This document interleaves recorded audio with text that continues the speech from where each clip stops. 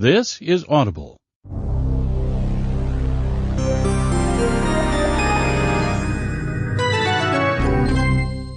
H.P. Lovecraft's The Dunwich Horror, adapted by Thomas E. Fuller. When a traveler in north-central Massachusetts takes the wrong fork at the junction of the Owlsbury Pike, just beyond Dean's Corners, he comes upon a lonely and curious country. Across a covered bridge, one sees a small village huddled between the Miskatonic's oddly serpent-like upper reaches and the vertical slope of Round Mountain, and wonders at the cluster of rotting, gabled roofs, bespeaking an earlier architectural period than that of the neighboring region. Afterwards, one sometimes learns that one has been through Dunwich. Dunwich. Avoid Dunwich. Shun Dunwich. Deny Dunwich. Dunwich. Dunwich Horror. Dunwich Horror.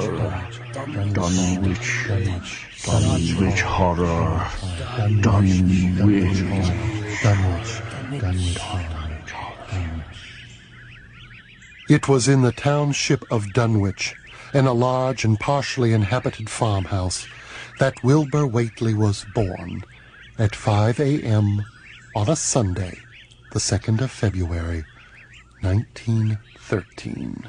Yes, it's true. Lavinia Whately. Wizard Whately's albino daughter? That poor ugly creature. Not really. Last month, Mamie Bishop went by and saw it. Says you wouldn't think Lavinia was ugly if you'd seen that baby. Says he looks like a dark little goat. Lavinia seems right proud of him, though. Who's the daddy? Don't know. Lavinia ain't telling. An old wizard, he just laughs when anyone asks him. Just laughs and laughs and laughs. I don't care what folks think. If Lavinia's boy looks like his pa, he wouldn't look like nothing you expect. You needn't think the only folks is the folks hereabouts. Lavinia's read some and seen some things that most of you only tell about. I calculate a man is as good a husband as ye can find this side of Aylesbury. And if ye knowed as much about the hills as I do, you wouldn't set no better church wedding on. Let me tell you something. Someday your folks will hear a child of Lavinia's a calling his father's name on top of Sentinel Hill. Hush-a-bye, hush-a-bye, sweet baby, my sweet baby. Tell you things I will, tell you all the things, hill things, show you things I will, show you thy granddad's books. They be yourn, once you're fitting for 'em. Oh, sweet baby. Such a good baby you be. Show you thy daddy I will. Bye, baby bunting. Daddy's gone a-hunting. Daddy's gone.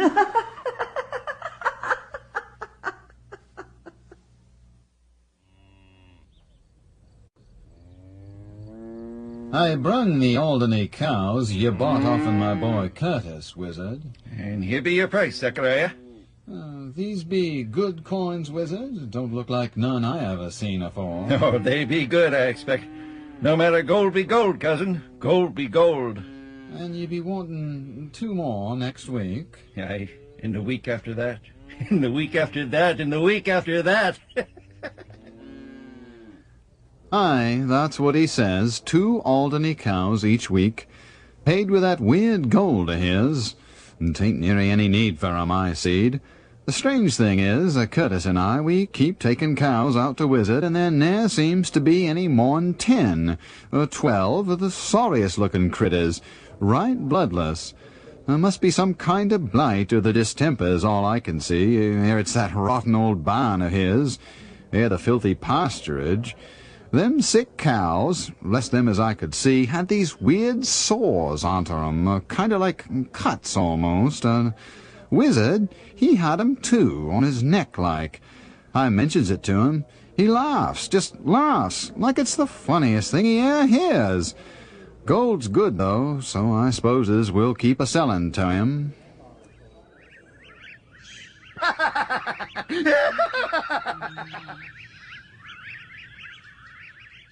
In the spring after Wilbur's birth, Lavinia resumed her customary rambles in the hills, bearing in her misproportioned arms the swarthy child. Wilbur's growth was phenomenal.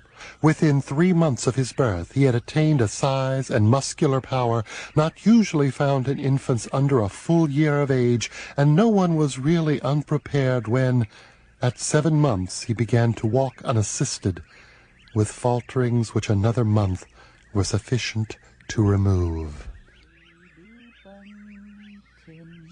It were sometime in the fall, about Halloween, if I recollect it right. I seed 'em. It were right afore that great fire top Signal Hill. That midnight it were. I were looking to catch a heifer what strayed, and I seed 'em in the light of my lantern. The boy were running up the hill, right sturdy he were.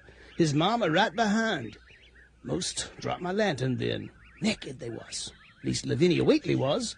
Little boy Wilbur, now it seemed like he were wearing a fringed belt and maybe some dark trousers. They just ran through the underbrush like they didn't care for the briars or brambles. That's all I remember. That great fire-top signal, them running towards it. Running. My name is Houghton. I have a medical practice in Aylesbury and therefore have some knowledge of the citizens of Dunwich. Wilbur Whately commenced to talk at the age of 11 months. His facial aspect, too, was remarkable for its maturity, for though he shared his mother's and grandfather's chinlessness, his firm and precociously shaped nose united with the expression of his large, dark, almost Latin eyes to give him an air of quasi-adulthood and well-nigh preternatural intelligence. He was, however, exceedingly ugly, despite his appearance of brilliancy, there being something almost goatish or animalistic about him. For some reason the people of Dunwich feared the boy, feared him even more than his grandfather, old Wizard Whately. As for his mother, I don't think they ever thought of her at all. Old Whately continued to buy cattle without measurably increasing the size of his herd. He also cut timber, began to repair the unused parts of his house, a spacious peak-roofed affair whose rear end was buried entirely in the rocky hillside, and whose 3 least ruined ground floors had always been sufficient for himself and his daughter. Now he began restoring the long-abandoned upper story of the house, tightly boarding up all the windows in the reclaimed section. Even more inexplicable was his fitting up of another downstairs room for his new grandson. This chamber he lined with tall, firm shelving, along which he began gradually to arrange in apparently careful order all the rotting ancient books and parts of books he had gathered over his lifetime. I made some use of 'em, Good use of 'em. But the boy's sitting to be making better use of 'em. He ought to have 'em as well soon as he can, for they're going to be all of his learning. He be growing. He ought to have 'em, He ought to have 'em.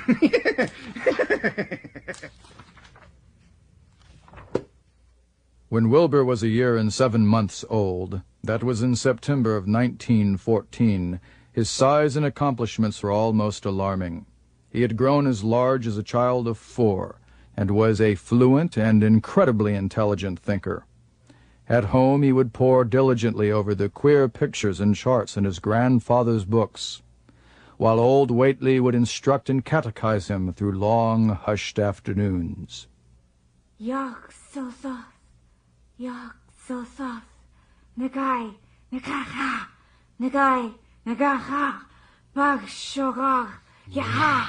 Yuck, so soft. Bog, sugar, yeah, Yuck, so forth, Yuck, so forth, Yuck, so forth.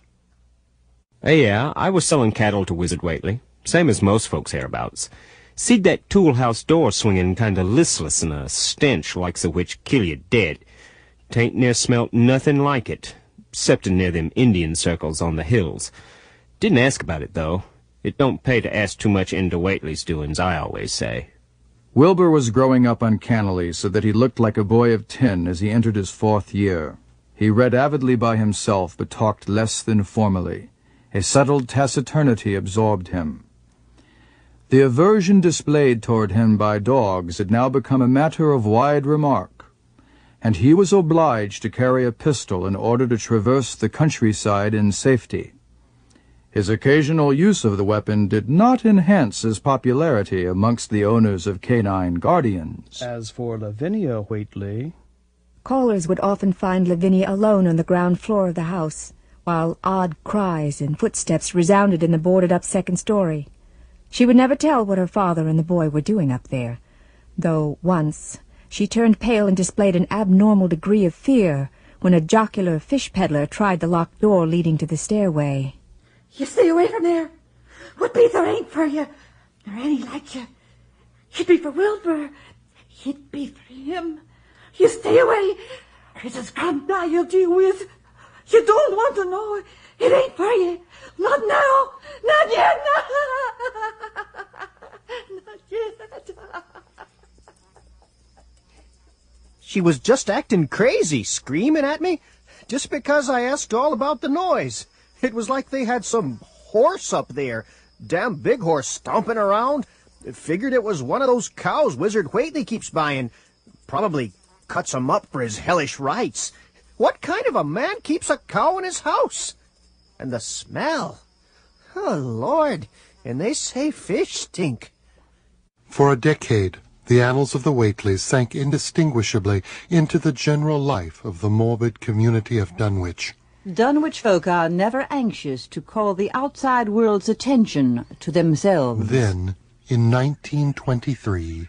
When Wilbur was 10 and looked about 20, his grandfather noticed the growing number of whippoorwills that would come out of the cold spring glen to chirp under his window at night. They whistle just in tune with my breathing now, and I guess they're getting ready to catch my soul. They know it's a-going out, and don't calculate to miss it. You'll know, boys, after I'm gone, whether they get me or not. If they do, they'll keep us singing and laughing till break of day. If they don't, they'll kind of quiet down like. I expect them and the souls they hunt for have some pretty tough tussle sometimes. On Lammas night, 1924, I was hastily summoned to Whately House. There I found old Whately in a very grave state, with a cardiac action and stertorous breathing that told of an end not far off.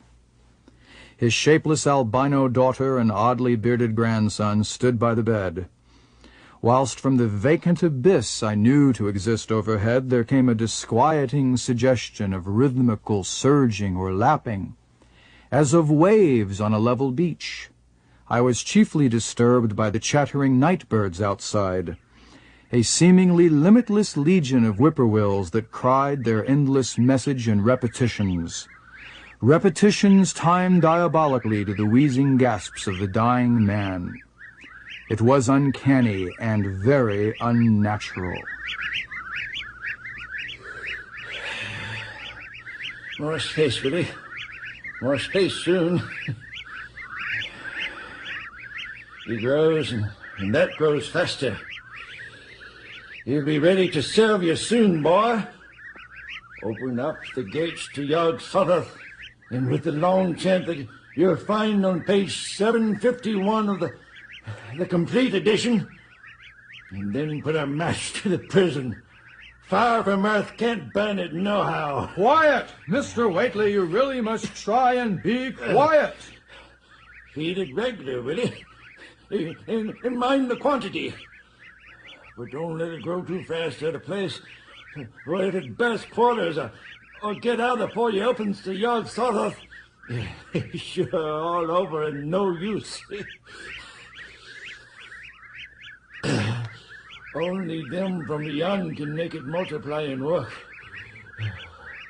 Only them, the old ones, and it wants to come back. Mr. Whately? Mr. Whately? Them birds. Can't you hear them? Tweet, tweet, tweet. They're gonna catch him! Miss Whately, please! Please!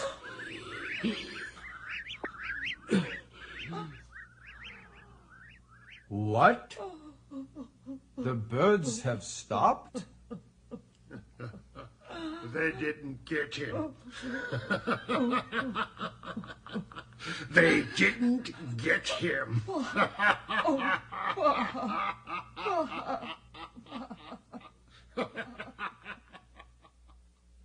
So passed Wizard Whately. On Lammas night, 1924. leaving all his possessions to his grandson Wilbur Whately. Mother, Lavinia Whately. Father, unknown. Boy was quite a scholar, all the time writing off to strange places. Got letters back, too. Boston, Arkham, London, Chicago, even Paris, France. You'd not believe it, but some quality people visited out there. Bookline folk. Come to talk to old Wizard Whately's grandboy, Lavinia's dark brat. Never come more than once, though. Kept up that building.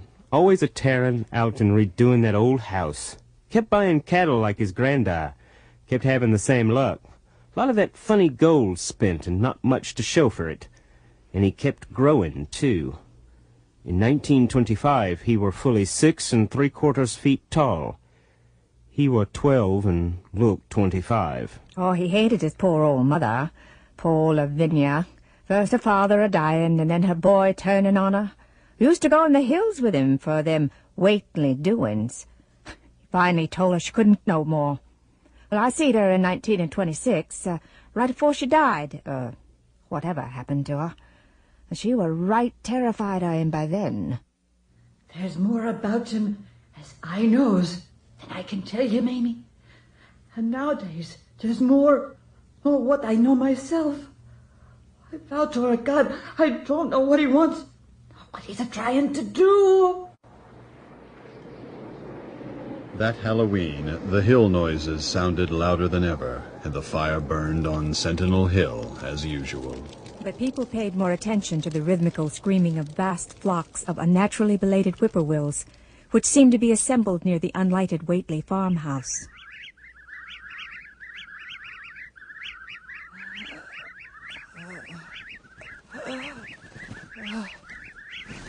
Their pandemonic cachinnation filled the countryside. Not until dawn did they finally quiet down and hurry southward, where they were fully a month overdue. What this meant, no one knew for certain. But poor Lavinia Whately, the twisted albino, was never seen again. Wilbur never said a thing about his ma. Didn't seem right to ask him about her either. Just kept a-working on that old house, ripping the insides out. Moved himself from the old crumbly books of his out of one of the sheds. House was totally boarded up by then. That were the summer of 1927. He were more than 7 feet tall by then. That's when he got to looking so worried and tremulous. That's when he started sending out whole passels of letters all over the world. Edition. Open up the gates with the long chant that you'll find on page 751 of the complete edition. The complete edition. From the Whitney Library, Harvard University, to Mr. Wilbur Whately, Dunwich, Massachusetts. Mr. Whately, I regret to inform you that we will be unable to supply you with the volume you have requested. While your credentials are totally in order, I am certain that you will understand our reticence to comply with your request due to the nature of the book in question. Page 751 of the From the Bibliothèque Nationale Paris-France unto Monsieur Wilbur Whately, Whately House, Dunwich, USA. Monsieur Whately, it is not the policy of the Bibliothèque Nationale to lend out copies of rare books, especially when they must be shipped overseas. I am sure that you will see the correctness of this procedure in the light of the rarity of the volume you seek. Should you wish to view the book within the confines of the Bibliothèque Nationale, however, I am certain that something could be arranged. From the Curator, Victoria and Albert Museum, London, England, unto Mr. Wilbur Whately, Dunwich, USA. At this time, our rare books collection is available only to staff members of the museum engaged in serious research into the occult. Therefore, we are unable to honor your request for access to our copy. From the Librarian University of Buenos Aires on to Senor Wilbur Whately, Dunwich, USA. Senor, contrary to rumors, at no time has the Universidad de Buenos Aires had within its library the blasphemous text which you have referred to in your letter. Might I remind you that Argentina is a Catholic country and as such would never tolerate the protection of such a volume as you. Fools, you don't know. You with your blasted red tape. Granda, you done us all with your blasted incomplete text. You done us all. From the library of Miskatonic University at Arkham to Mr. Wilbur Whately of Dunwich Village. My dear sir, yes, we do indeed have a copy of the book you inquired about in your recent correspondence. It is kept under lock and key in the rare books collection, for reasons that I am certain you are well aware. Due to its age and value, as well as its subject matter, we will be unable to honor your request that we ship it to you. However, should you undertake the journey to Arkham, I will arrange for you to complete your research. In answer to your second question, you are absolutely correct. Our copy is indeed Olus Wormus Latin version, printed in Spain in the 17th century, of the Necronomicon of the mad Arab Abdul el-Hazred. Sincerely, Henry Armitage. Should I undertake the journey to Arkham?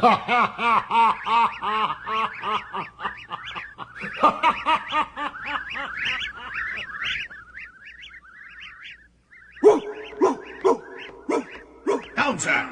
Down, I say! Down! Now, what could possibly have gotten into it? Dr. Armitage. Yes, I'm Dr. Armitage. Oh, dear. I be Wilbur Whately. Come from Dunwich for to see a copy of Armus's Necronomicon of the Latin version. Oh, of course. Forgive me, Mr. Whately. I did not expect you to be so, tall. I be almost 8 feet last time I checked. Yes. Well, our copy is right over here in this case. Just let me get it unlocked here. And, there you are, Mr. Whately. The Necronomicon of the mad Arab Abdul al-Hazred. Now we'll see, Granda. Now we can compare. Side by side, all ye power, perfect and imperfect, have ye both now. Both ye. Good Lord, Mad, do you know what you have there? Yeah, and I reckon ye knows too.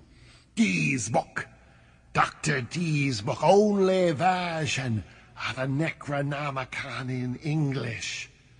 My granda left it to me. Why, it's priceless. The imperfect is what it be. Someone took pages from it.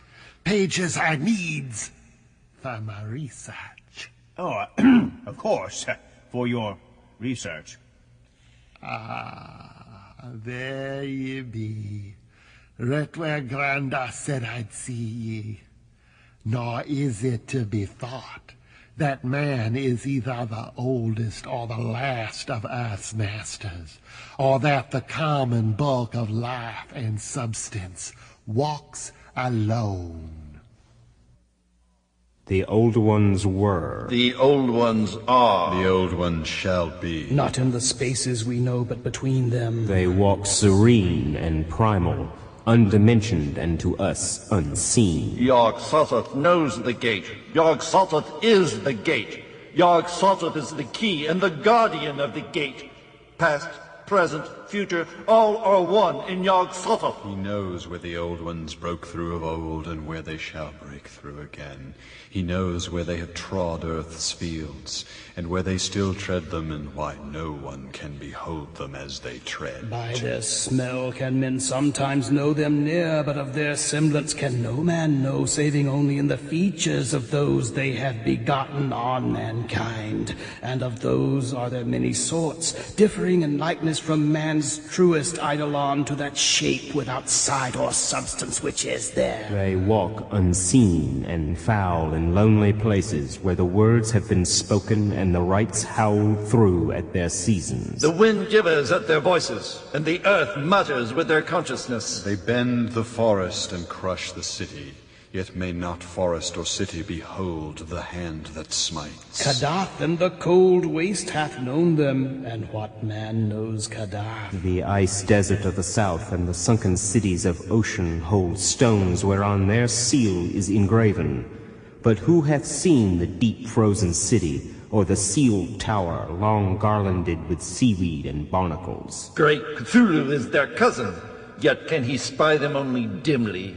Yah shall Niggurath. As a foulness shall ye know them, their hand is at your throats, yet ye see them not, and their habitation is even one with your guarded threshold. Yog-Sothoth is the key to the gate whereby the spheres meet. Man rules now where they ruled once. They shall soon rule where man rules now. After summer is winter. And after winter, summer. They wait, patient and potent. For here shall they reign again. That be it. Lord God. Mr. Armitage, I calculate I got to take this book home. There's things in it I got to try under certain conditions that I can't get here. And it'd be a mortal sin to let our red tape rule hold me up. Let me take it along, sir, and I'll swear there won't nobody know the difference. I don't need to tell ye I'll take good care of it. It warn't me that put that D copy in the shape it is. What? Oh, no, I'm afraid that is totally out of the question, Mr. Whately. I'm sure you understand after all. Oh, yeah. I understands, all right. Well, if you feel that way about it, maybe Harvard won't be so fussy as ye be. Good day to ye, Mr. Armitage. As a foulness shall ye know them. I know you, Mr. Whately. It took me a minute, but I know you. Dunwich stock well seasoned with what my learned colleagues would call inbreeding. Inbreeding. Good God, what simpletons. Show them Arthur Macken's Great God Pan and they'd think it a common Dunwich scandal. I know you. Born on Candlemas, 9 months after May Eve of 1912, when the talk about the queer earth noises reached clear to Arkham. What walked on the mountains that May night? I know who you are, Mr. Wilbur Whately. But what you are, I can't even begin to guess. I spent the ensuing weeks collecting all the information I could on Wilbur Whately and the formless presences around Dunwich. I wrote letters and answered them, and as the summer drew on, I felt more and more that something ought to be done about the lurking terrors of the upper Miskatonic Valley and about the monstrous being known to the human world as Wilbur Whately. They wait, patient and potent, for here shall they reign again.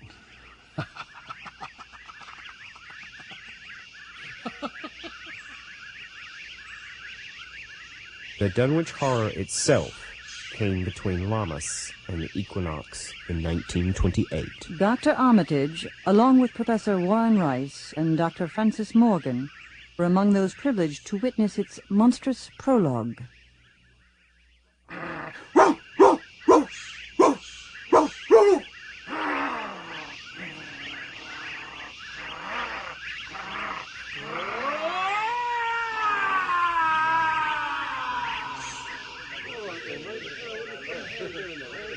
Let me through, please. Let me through. I must get through. Now let me through here. Armitage, over here.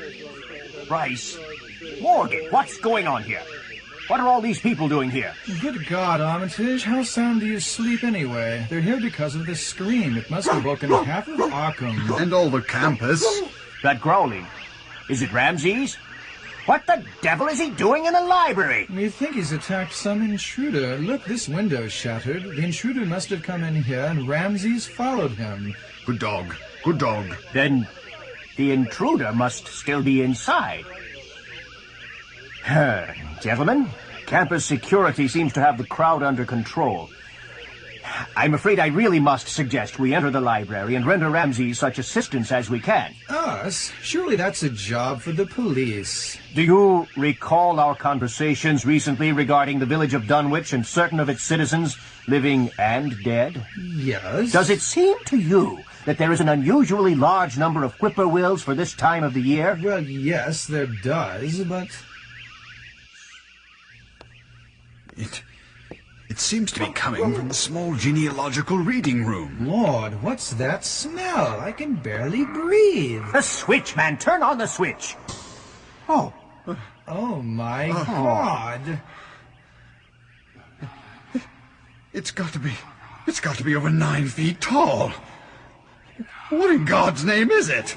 No blood. No blood at all. Just a fetid pool of greenish yellow ichor. Ramses has ripped off all the clothes and part of the skin. At least I think that's skin. Partly human, at least partly human. Look at the hands and head. That goatish, chinless face. Good evening, Mr. Whately. Come to do some midnight reading, have you? It's dissolving. The cursed thing is dissolving.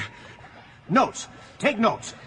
Even we won't believe it if we don't have notes. Morgan! My God, Armitage, notes on what? How can you describe a hellish nightmare? Well, try, damn it.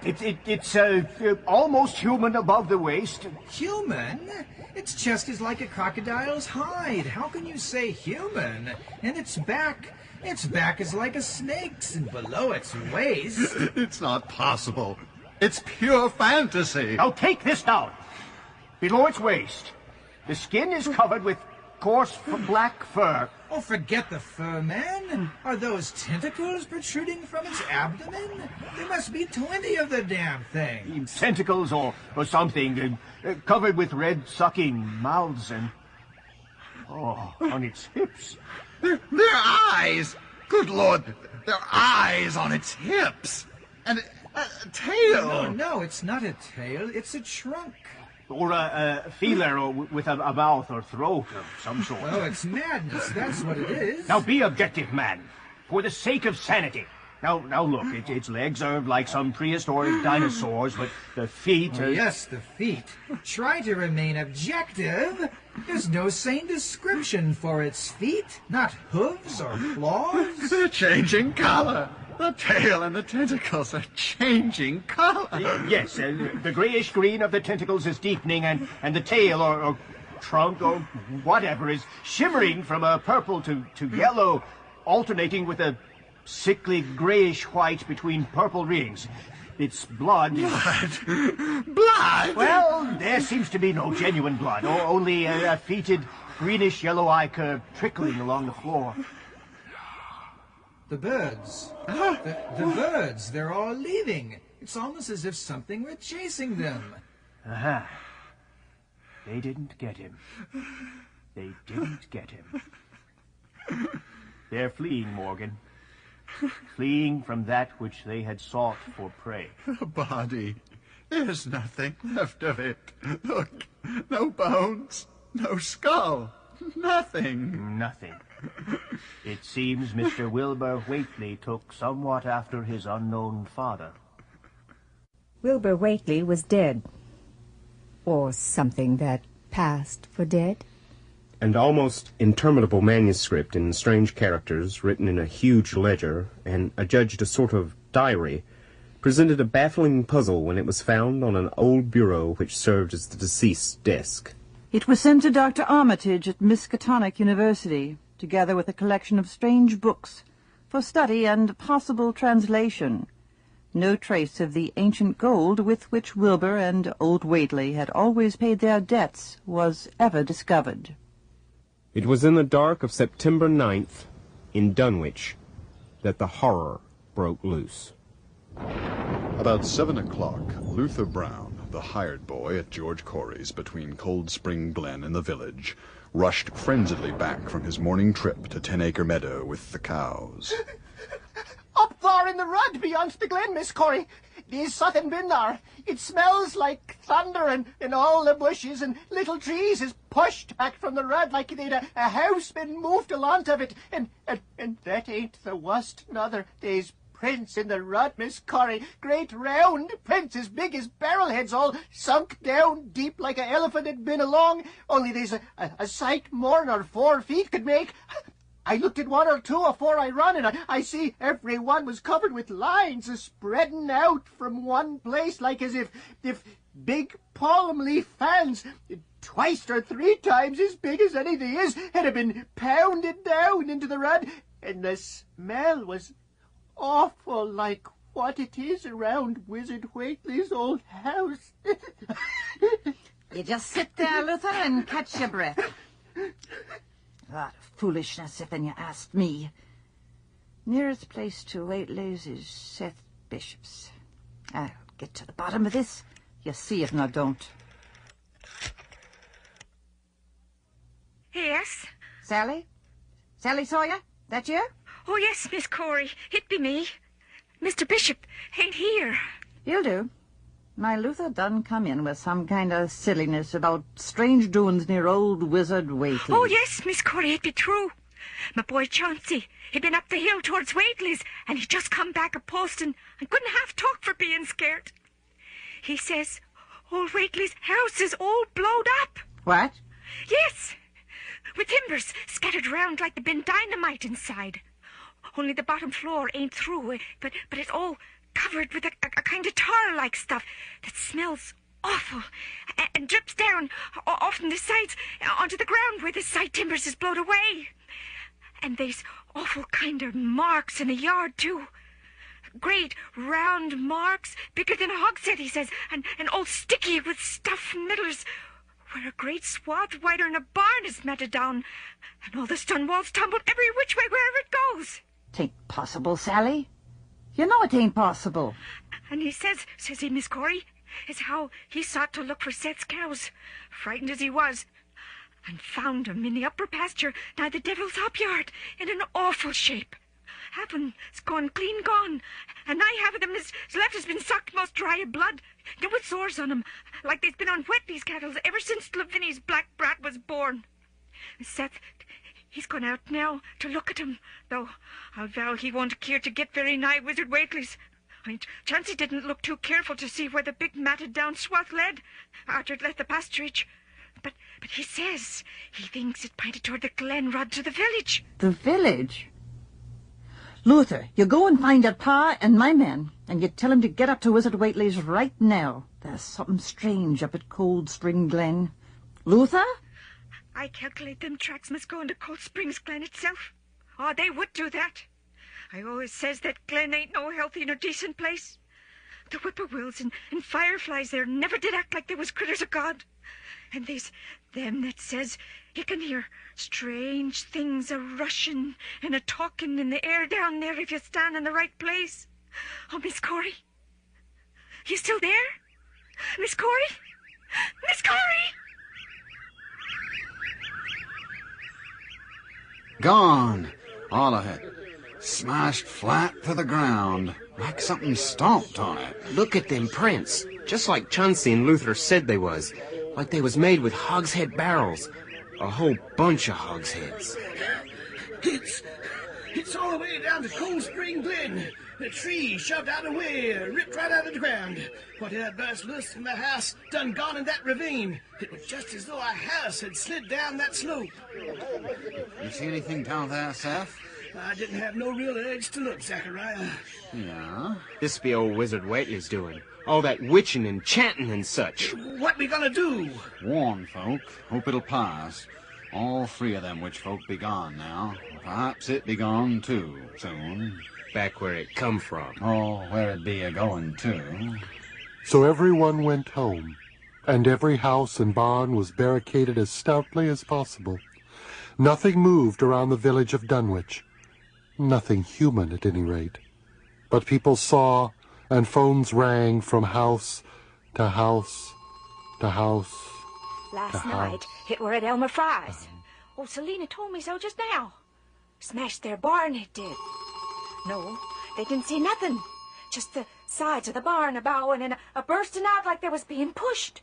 And the cows were screaming, she says. Just a-screaming. And in the morning, when Elmer went out to look... Down flat. Just like at Wizard Whately's. More of them big prints all over the place. And the cows, Lord, only found about a quarter of them. Most of them in fragments. They had to shoot the ones that survived. All covered with them saws like on Whately cattle. Them big prints came from Cold Springs Glen, just stomping everything flat. Them Fries lived too close to the ravine. Ought to get out of there. I told Selina, I told her. These rats, I tell you. Rats for the hilltops. Stone circle chantings. Used to do it long ago. Used to do it. Second set of them tracks been found. Going up Sentinel Hill, where Whately's used to do their hellish fires and chants out in May Eve and Hallowmas. That tarry mess all over the place, too. Perhaps some of them Arkham folk might know what to do. I mean, some of them book-bred folk with the schooling. It be the chants, I tell you.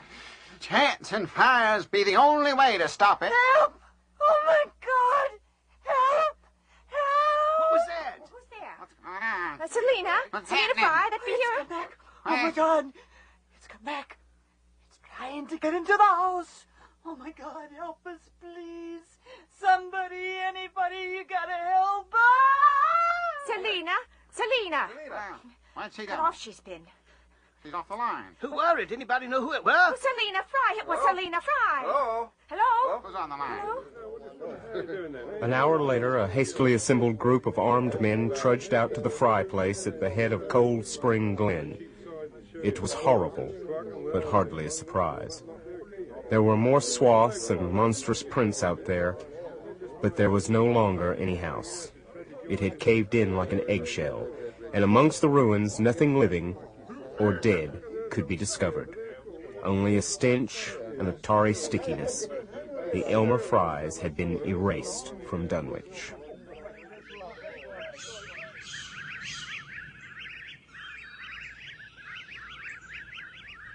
The curious manuscript record or diary of Wilbur Whately had been delivered to me at Miskatonic University for translation. It was a very baffling piece of work, the alphabet resembling Arabic. The ancient books taken from Whately's quarters, especially a heavy tome with an iron clasp and filled with what appeared to be Sanskrit, were absorbingly interesting, but of very little help. I had the idea that the alphabet, while an artificial creation, might be something esoterically used by certain ancient cults. It was also my belief that it was being used as a cipher for a modern language. Therefore, I attacked the manuscript with the preliminary assumption that the bulk of it was in English. On the evening of September 2nd, the last major barrier gave way, and I read for the first time a continuous passage of Wilbur Whately's annals. It was dated November 26th, 1918, and written by a child of 3 1/2, who looked like a lad of 12 or 13. Delay learned the éclat of the Sabbath, which did not like, it being answerable from the hill and not from the air. That upstairs more ahead of me than I had thought it would be, and is not like to have much earth brain. Shot Elam Hutchins' collie Jack when he went to bite me, and Elam said he would kill me if he dashed. I guess he won't. Grandfather kept me saying the DOF formula last night, and I think I saw the inner city at the 2 magnetic poles. If I can't break through with the DOF formula when I commit it, I shall go to those poles when the earth is cleared off. When the earth is cleared off? They from the air told me at Sabbat that it would be years before I could clear off the earth, and I guess Grandfather will be dead then. so I shall have to learn all the angles of the planes and all the formulas between the yar and the gar. They from outside will help, but they cannot take body without human blood. That upstairs looks it will have the right cast. I can see it a little when I make the Vorish sign or blow the powder of Ibengaz at it. And it is near like them at May Eve on the hill. The other face may wear off some. I wonder how I shall look when the earth is cleared off, and there are no earth creatures on it. He that came with the Aklil Sabbath said I may be transfigured, there being so much of outside to work on. Oh, my sweet lord.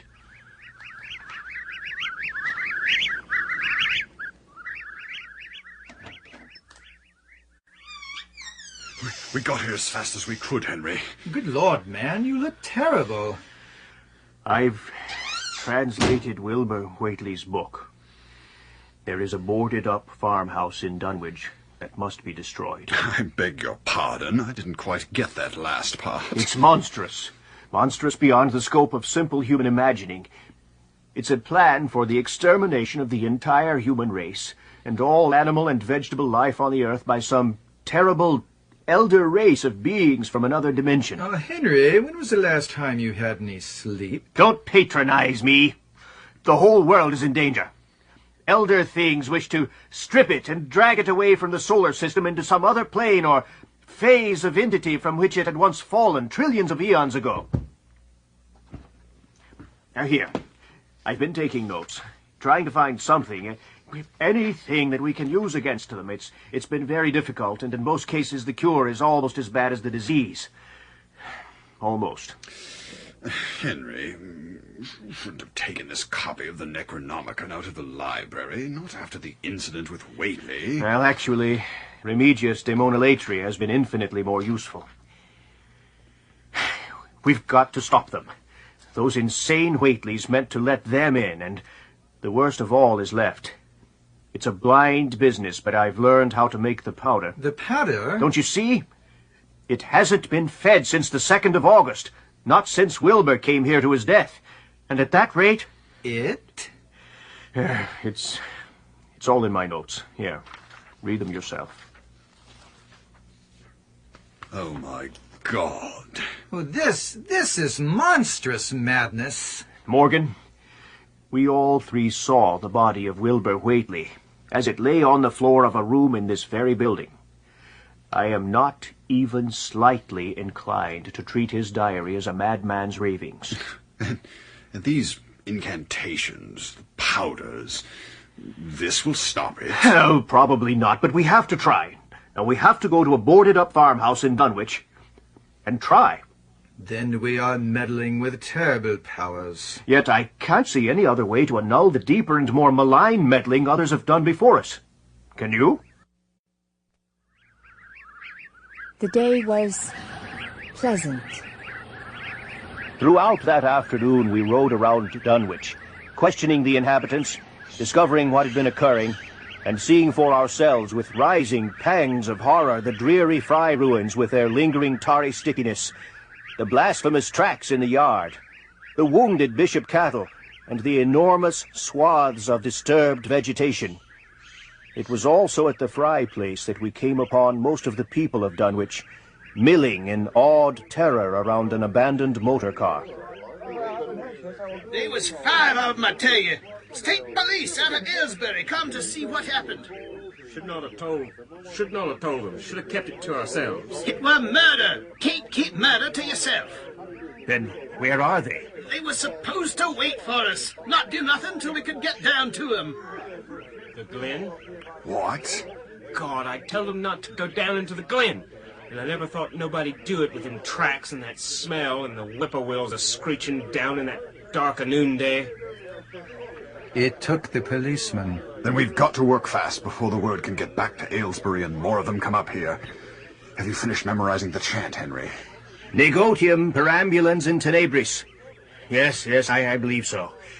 And if that doesn't work, I have another one written down, though I doubt if the first one fails we'll have time for the second. Did you get the powder? Yes, after the chemist tried for about the 4th time. Good. I don't know why you insisted on bringing that thing along.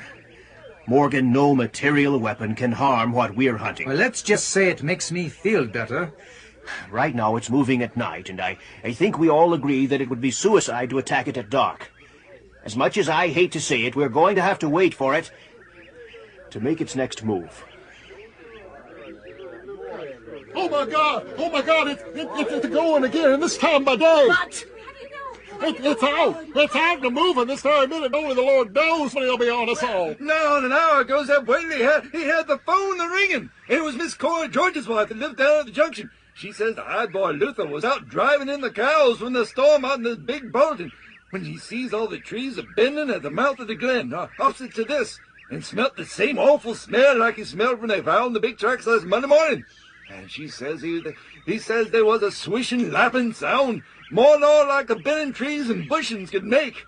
And all of a sudden the trees around the road began to get pushed one side, and there was an awful stomping and splashing in the mud. But mind you, Livy, he didn't see nothing at all, only just a bending trees and underbrush. Well, then fur ahead where Bishop's Creek Brook goes under the road, he heard an awful creaking and straining on the bridge, and he says he could hear the sound of wood starting to crack and split, and all the while he never sees a thing, but only them trees and bushes a bending But that ain't the trouble now. That was only the start. Zep here was calling folks up, and everybody was listening when a call from Seth Bishop's cut in. What? A call from my place? It was your housekeeper, Sally Seth. She was carrying on fit to kill. The trees. The trees. I see them a-bending beside the road, and there's a kind of mushy sound.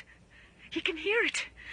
You can hear it now, like an elephant puffing and treading and heading for the house. It's a smell, Ma. Just like what I smelled up on Waitley's ruin Monday morning. Oh, shut up, Chancy! For God's sake, shut up! Oh, sweet Lord, the shed down the road just caved in like a storm and floated over. Only the wind ain't strong enough to do that. The whole front yard picket fence done crumbled up, Ma. But there ain't nothing out there, Ma. There ain't nothing out. It's done struck the house! Oh, God, it ain't lightning or nothing. And you can't see nothing out of the front windows. But it's doing it again. And again, and... Oh, help us, for God's sake, help us! The house isn't caving in! Oh, God! Oh, God, oh, God, oh, God, oh, God! It was just like when Elmer Fry's place was took, only worse. Not a sound and a squeak over the phone after that. Just still like. We've had herded got our Fords and wagons and rounded up as many able-bodied menfolk as we could get at Corey's place, and come up here to see what she thought best to do. But I think it is the Lord's judgment on our iniquities that no mortal can e'er set aside. Yeah. All right, men. Now, you all know me. Henry Armitage from Miskatonic University. We must follow it. No, are you crazy? No, I think there's a chance of putting it out of business. Now, you men know that those Whateleys were wizards. Well, this thing is a thing of wizardry, and we must put it down by the same means. Now, I've seen Wilbur Whately's diary, and read some of the strange old books he used to read, and I think I know the right kind of spell to recite to make the thing fade away. Of course, one can't be sure, but we've got to take the chance. It's invisible. I knew it would be. But there's a powder that might make it show up for a second. It's frightful to have this thing alive, but it isn't as bad as what Wilbur would have let in if he'd lived longer. You'll never know what the world escaped.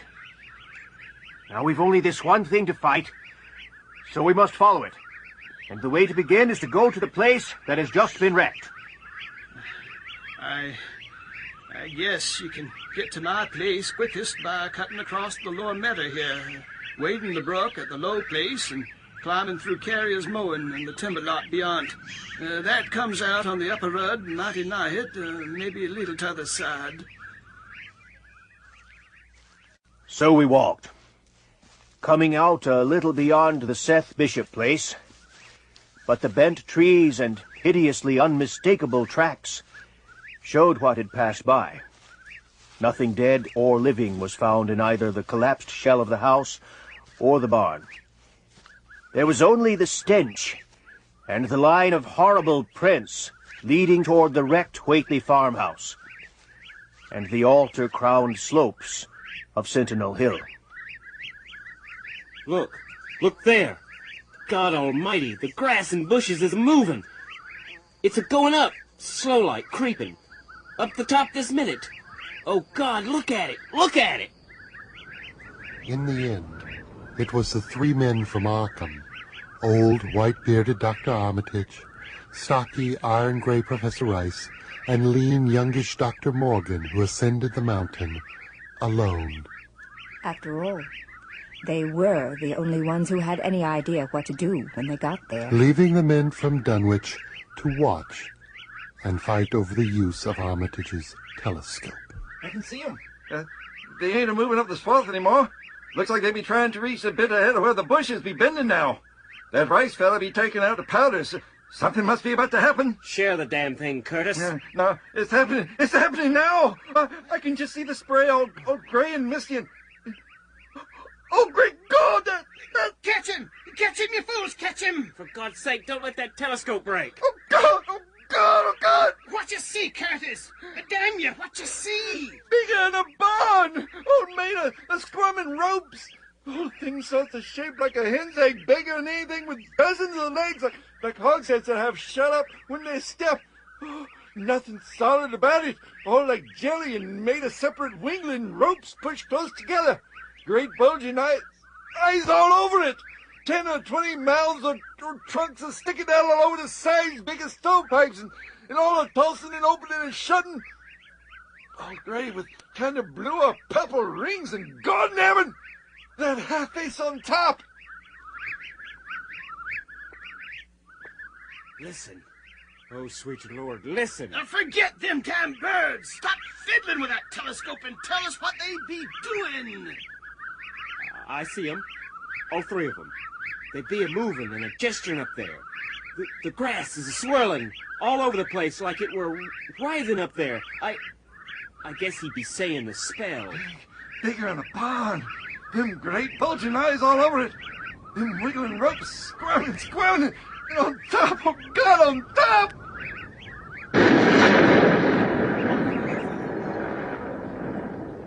Oh, yeah. It'd be that. Half a sentinel would be gone. Soon after that, the men from Arkham, stunned and dazed, made their way back to those who waited for them. Is it gone? Is it over? No. No, it's gone forever. It was an impossibility in a normal world. Only the least fraction was really matter in any sense we know. It was like its father, and most of it has gone back to him in some vague abyss out of which only the most accursed rites of human blasphemy could ever have called him for a moment on the hills. Oh, my God, that half-face, that half-face on top of it. That face with the red eyes and crinkly albino hair and no chin, just like the Whateleys. It was an octopus, centipede, spider kind of thing, but there was a half-shaped man's face on top of it, and it looked like Wizard Whately's, only it was yards and yards across. Oh, God, God! 15 year gone. I heard old Whately say as how some day we'd hear child of Lavinia's a-calling its father's name on the top of Sentinel Hill. Wait, Dr. Armitage. What was it anyhow, and however did young Wizard Whately call it out of the air it come from? It was mostly a kind of force that doesn't belong in our part of space. A kind of force that acts and grows and shapes itself by other laws than those of our part of nature. We have no business calling in such things from outside, and only the very wicked ever try to. There was something of it in Wilbur Whately himself, enough to make a devil and a precocious monster of him, and to make his passing out a pretty terrible sight.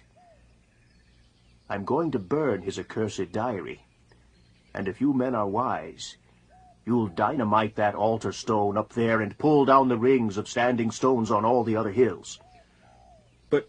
But the thing, Dr. Armitage, And Wilbur. The Whateleys raised it for a terrible part in the doings that were to come. It grew fast and big for the same reason Wilbur grew fast and big. But it beat him, because it had a greater share of the outsideness in it. You needn't ask how Wilbur called it out of the air. He didn't. It was his twin brother, but it looked more like their father than Wilbur did.